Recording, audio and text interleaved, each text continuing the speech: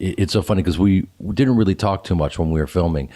And you know, it's funny because you guys were interviewing on the Victory podcast recently, Malcolm, and he said, well, Piven's not a very good hang, is he?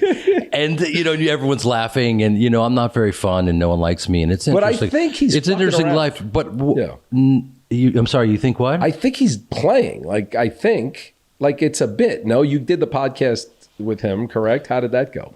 I mean, I think Malcolm it's a bit. For some reason, he's got this thing with you that I guess you don't see it that way, but I would love to hear it, you know? Oh, I have nothing with him. You know what I mean? I mean, as you know more than anyone, I was honored. You would come to me and say, hey, man, we want to try to get this older actor. Do you mind coming in? And I would just be like, bro, just tell him you love him. We're like, can you do that? You know what I mean? And so I was honored. I'd come in and no matter what icon it was, I would, you know, talk to them and we would get them to do the show. I'm just a huge fan of his. Clockwork Orange is one of my favorite movies in the world. Then when the guy is shitting all over me and doing these horrible things to, as he said, get my performance up, you know what I mean? And he said, well, you should thank me. You know what I mean? Like, I, as you know more than anyone, don't need that. We're good. We're locked and loaded. Did he do horrible things? Like what? Like I can't get into everything, but there's certain things that you don't do. There's certain things that there is a code of ethics, you know, amongst men or whatever. You don't, you know, you don't go there. Right. And he knows, and he's a very, as they say, cheeky dude.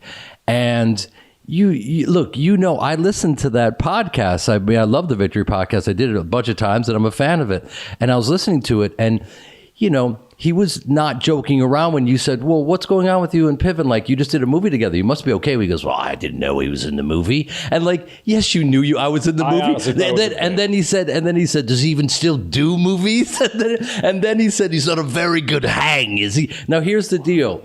We were face to face after we finished filming.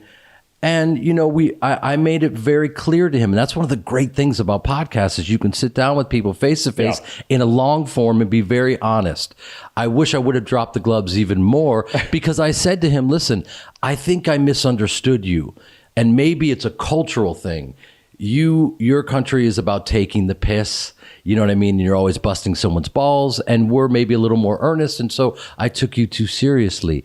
And you know, so that's kind of what his shtick is, if you will. But that's how I look at it. And me, as Entourage was busting balls. I looked at it, and even like Connolly and I talked about it after the podcast. I'm like, he's joking, right? This is like a bit. And that's how I saw it. Even from the minute, like we went to, I forget, lunch or dinner. Me, you, Kevin, Malcolm. And he started in instantaneously, but me being a fan of British humor, John Cleese and things like that, I just thought it was kind of a thing. I don't know, but I didn't realize it bothered you at all because you guys worked so well together that...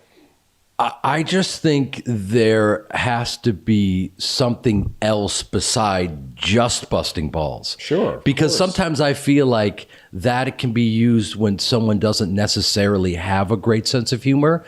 If they're just what's the word? Cunt. You know, I think that's the word. You know what I mean? And then they say, well, I'm just busting your balls, mate. Right. You know, it's like, well, hold on a second. Let there be something else. Do you know what I mean? Yeah. And I think that was part of the problem, I think, with us as a group, with me, you know, I don't know if the variables being from Chicago or whatever were maybe too, I grew up in this like theater community and, you know, we all write each other notes. Right. And so like, I didn't get right away. It was like, oh, wait. You're just fucking with me. You know what I mean? So it was, I think there was maybe some miscommunication of you and Malcolm. You're talking about all of us. I think 1000% me and Malcolm. Right. My point is I'm not thinking, oh, this guy's having fun with me and busting my balls.